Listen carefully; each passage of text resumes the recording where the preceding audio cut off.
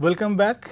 So, let me remind you that we were discussing in earlier class the feed tracks, and we said that feed tracks are normally connect the ball feeder with the assembly machine. This is because the ball feeders cannot be located very close to the machine, assembly machine, and therefore, there has to be a track.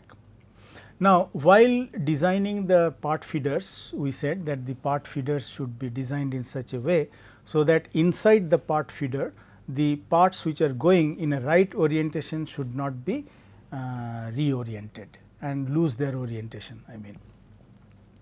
Now, we have shown some of the part feeders for feed tracks. So, this kind of feed tracks, for example, you have seen that this is for cylindrical part, for flat parts, for parts headed parts which are hanging in the slot. And then we said that the part feeders feed tracks are normally of two types. They can be of the vertical delivery of the parts, where the parts are fed with the gravity, and in that case that the time taken for a part to fall will be equal to 2 L by G root over, because this is the acceleration due to gravity that we are using to deliver the parts. Now, in the horizontal delivery of parts, section will be horizontal. For example, here this section and this section, these are horizontal. However, this part is actually not horizontal, but these are called the horizontal delivery of parts. Okay. Now, let us have an analysis of the horizontal delivery feed tracks, and let us see how the horizontal delivery feed tracks are designed. Okay. Let us take an example that this is the feed track that we have, and here we have the inclined portion, inclined straight portion, we have the curved portion, and then there is a straight portion. Okay. So, A B, this is the straight horizontal portion of the feed track. This is the curved BC is the curved portion of the feed track, and CD is the straight inclined portion of the feed track. So, in here what happens that this inclined one is inclined to this by an angle, let us say alpha. Okay. This angle is alpha. And this track is, let us assume that this track is filled with the parts. Okay. And after this, the parts are coming from the feeder from this side, and it will go through the feed track and it will be delivered to the workhead at this after A. This is the escapement of the parts.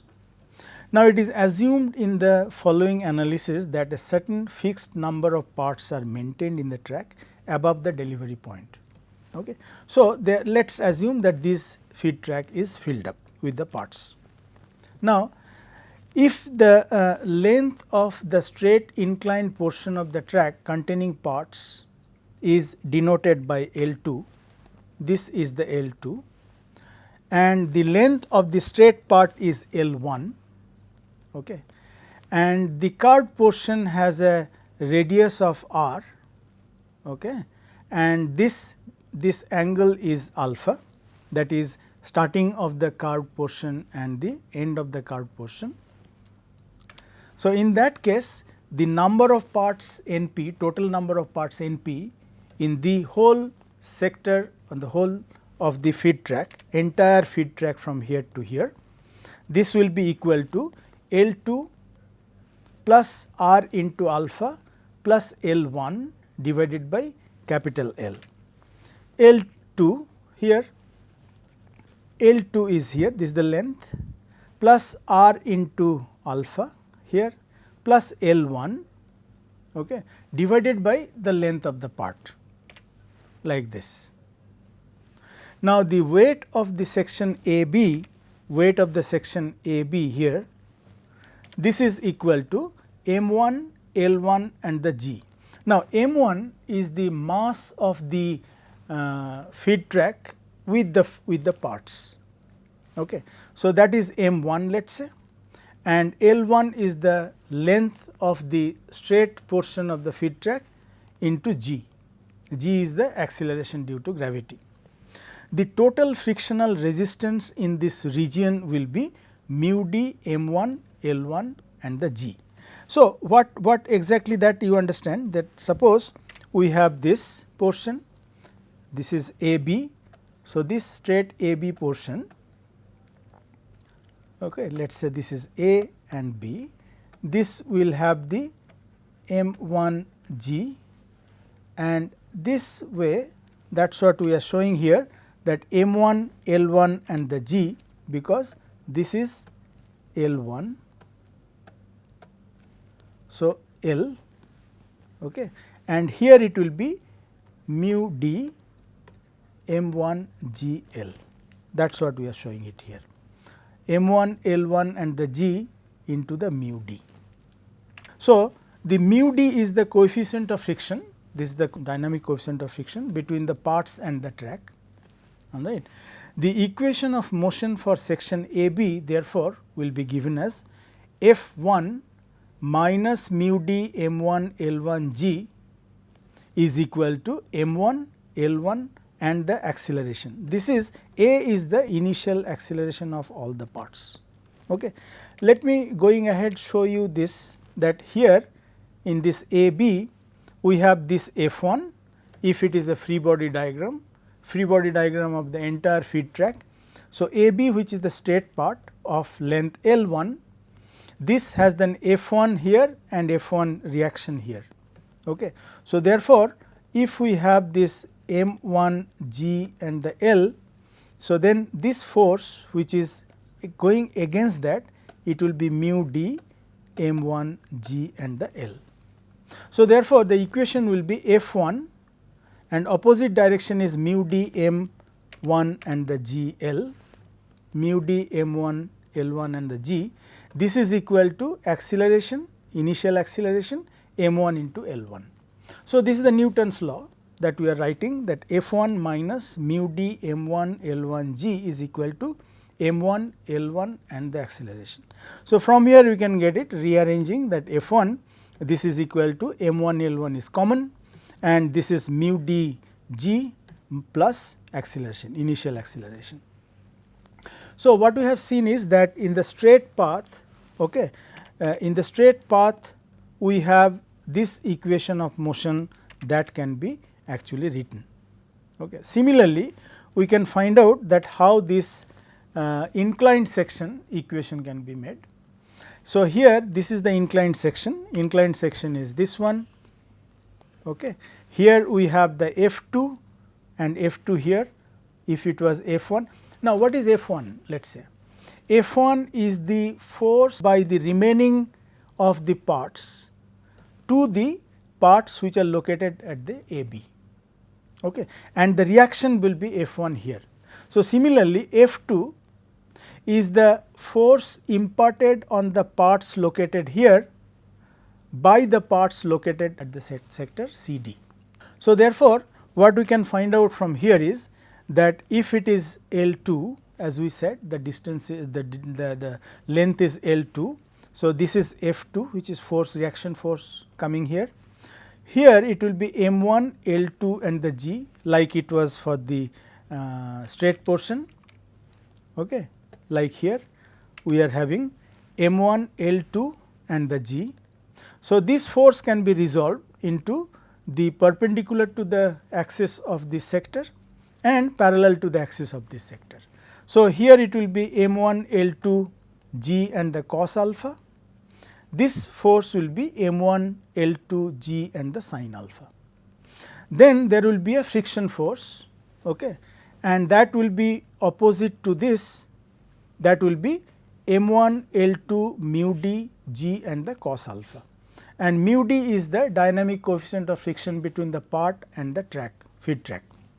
So, therefore, from this diagram we can find out that F2, that the equation of motion, that is F2 is this opposite direction is M1 L2 G and the sin alpha, this one, okay.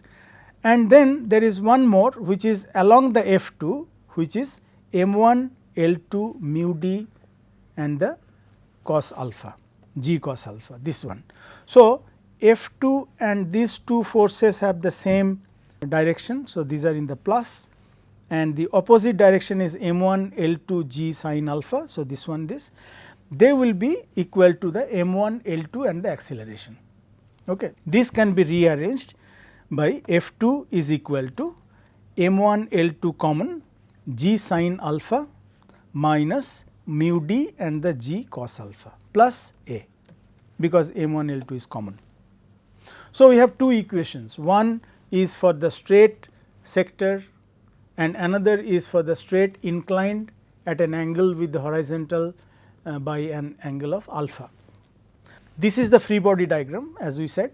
So, for these two elements we have the equation of motion, and for this element, that is the curved portion, to analyze the motion of the part in the curved section BC of the feed track, it is necessary to consider an element of length r d theta, which is this one, on a portion of the track that is inclined at an angle theta to the horizontal. So, this is the theta angle, and here we are taking one small section, that is r d theta of the length, d theta is this angle, okay, and r is the radius of this curved portion. So, r into d theta will be the length. Now, here for the section that we have taken, that element, and in this element let us say the forces which are acting, we have the d theta here. So, d theta then we have divided into d theta by 2, d theta by 2 in the middle, and here this is the normal force which is acting, let us say this is N1. So, therefore, because of this normal force, there is a friction force which is mu d into N1, okay, and this is the mass of the part acting as m1 g, and the r d theta is the length as we said, and here we will have two forces, that is F and F plus dF, okay, on this element, small element. So, they will be acting at an angle of d theta by 2 as we said here, and here it is F and incremental of that. So, F plus dF. Now, in this case a force F resists the motion of the element, that is the F, and a force F plus dF tends to accelerate the element, okay, because we have selected that element. These forces have a small component F d theta that increases the reaction between the parts and the track, and consequently increases the frictional resistance. Okay. Now, the equilibrium equation of force, once again I have drawn this here, the same diagram as in here. So, from here you can see the equilibrium equation of forces in the radial direction n, let us say in this direction. Okay. In here what we have is the N1 itself, N1, and this is opposed by M1 g r d theta and the cos theta, which will be a component of this, meaning that in here if you say that these components, I mean this force will have two components, one is in the direction of the n and another is in the vertical direction of the vertical to n. So, along the direction of n, this will be cos theta, and vertical to the n will be the sin theta, which will be coming when we will take it in this direction. In the direction of n1, we will have n1, and this force component will be in this direction. Okay. This will be m1 g r d theta and the cos theta. Cos theta. So, since it is opposite to n, so this will be m1 g cos theta d theta plus f d theta. F d theta is coming from here, that is this is the f and this is the f and this is the f plus df. So, if we ignore really df and the d theta, that is a very small small value. So, then we will have that f d theta by 2 plus f d theta by 2. So, this will be f d theta, that is why you have taken, and this direction will be along the direction of the m1 g r d theta cos theta. So, therefore, these two signs are the same, n1 sign is opposite. So, the equilibrium equation will be this, that is n1 minus m1 g r d cos theta minus f d theta, because of these two, because here the component will be coming in this direction. The equation of motion in the tangential direction, let us say in this direction perpendicular to n1, this will be the friction force mu d n1, that is 1. Then we will have the f cancelling and we have the df. So, the df, this is the first element. Then we have the m1 g r d theta, and here it will be sin theta. So, this will be in the opposite direction to mu d n1. So, therefore, this is plus and this is minus mu d n1. This is equal to m1 r d theta and the acceleration. A is the initial acceleration of parts in the track. Okay. So, this is understood that we are taking the equilibrium equation, force equation in the direction of the n1 and in the direction vertical to the n1. Rearranging the terms, the following first order linear differential equation with the constant coefficient can be obtained. So, we are rearranging these two, this one and this one, and we are finding that this is df by d theta, the minus mu d and the f is equal to m1 r acceleration plus mu d g cos theta minus g sin theta. Okay. The general solution of this equation, if you take this, it will be something like this, all right. So, this is the general solution, this is given in the mathematics, the mathematician can find out. So, this equation relates the acceleration of the line of parts along the curved and horizontal sections of the track when a force F is applied to the end of the line located at an angle of theta. Now, for us this is not so important, what is important is the final equation that we will be getting, the final solution that we will be getting, what are the components that will be involved in that. So, there are two applicable boundary conditions, theta is equal to 0, then f becomes f1. Okay. You can see this from here, theta is equal to 0. So, f is becoming the f1 which is coming here, all right, which is coming here. Then the another condition is that when the theta is alpha, then f is equal to f2. This is this, theta is equal to alpha, which is the angle here, this alpha, then this f is equal to f2. So, we are using the boundary condition, the first boundary condition which is theta is equal to 0, where the f will be equal to f1, we can find out this equation, all right, from here. And the second one, using the second boundary condition and solving the equation earlier that was given for A by G, we can find out is equal to L2 by R this minus L1 by R mu d e to the power mu d alpha plus so on and so forth. So, as I said that we are actually interested in the final solution, the components. This equation shows the relationship between the non-dimensional acceleration A by G, okay, of the entire line of parts and the design parameters L2 by R, L1 by R, alpha and mu d. This is more important for us. Okay. By the way, this A by G, we actually said this is A n by G n, this is the same thing, please mind it. Okay. This is equivalent. So, finally, what we are getting is the non-dimensional track acceleration, and we are getting different kind of parameters here. So, these parameters actually tell us that A n by G n, which is the non-dimensional track acceleration, this can be written as a function of mu d, function of L1 by R. L1 is the length of the straight path, R is the radius of the curved path, then alpha, which is the inclination angle of the straight path inclined to the horizontal with an angle alpha and L2 by R. Okay. So, these are the design parameters that is important, and then when you have the track, if you are designing the track, so that you can find out what will be the AN by GN, that is the normal track acceleration, dimensionless normal track acceleration. So, the time Tp for one part to move into the work head, that can be found out from the kinematic expression of Tp equal to 2L by A root over.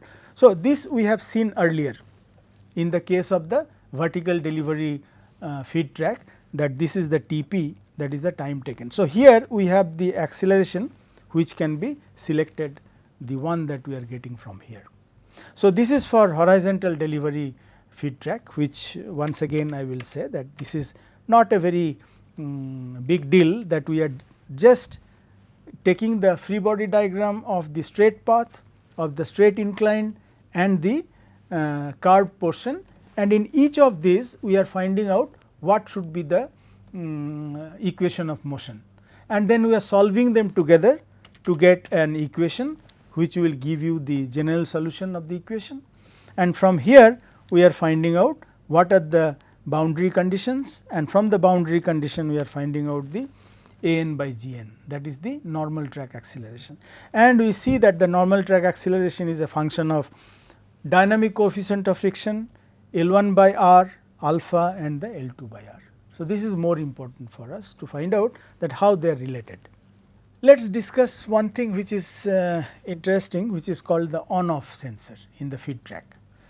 See, what happens is, when automatic feeding devices are used on the automatic assembly machines, the mean feed rate is usually set at a higher rate, okay, than the assembly rate, to ensure a continuous supply of parts at the work heads. I told you this thing earlier also, that work heads should not starve, because that will then affect the other adjacent work heads. Mind it that in a flow line, as I said, I will remind you, the work heads are subsequently arranged, and the material handling device passing on one subassembly from one work head to another work head. So, if we cannot feed the part to the at the right time, then that machine will suffer, will starve, and the other machines will suffer because of that. Okay. So, therefore, not to do that, not to start the machine, we actually put the F into Vm of the ball feeder little higher. Okay. Under these circumstances, the feed tracks become full and parts back up to the feeder. Okay. For vibratory ball feeders, however, this method is not always satisfactory. With these feeders, the parts in the line in the feed track are usually prevented by a pressure brake. We have seen the pressure brake, you remember. This is that the one that prevents the certain parts of certain orientation to go through, because the track is narrowed. Okay. So, that pressure brake from interfering with the orienting devices mounted on the ball feeder track. If a part filters past the orienting devices and arrives at the pressure brake when the delivery chute is full, it is rejected back. So, what we mean is that suppose the conveying velocity, as we said, that it is set little higher. So, because of that, the parts which are coming to the assembly machine is still not ready to take it, because our feed rate is higher. So, in that case, the parts will actually fall to the bottom of the ball feeder, because the feed track is filled up. So, that part cannot go to the feed track even. So, that will create the excessive wear both the bowl and the parts because of the recirculation. So, once again, that in that case what happens, the pressure brake is there, pressure brake is narrowing the track, and if the part feed track is filled up, because the ball feeder F into Vm conveying velocity has been set little more, than the parts number of parts machine can accept, then the parts will fall on the at the bottom of the bowl. If the part is falling at the bottom of the bowl, it will again recirculate and then it will get into the friction with the other parts. It will create the wear and tear of the parts and of the bowl as well. So, let us see the on off sensor how it works to prevent this problem, okay, that we will discuss in the next class. Thank you very much.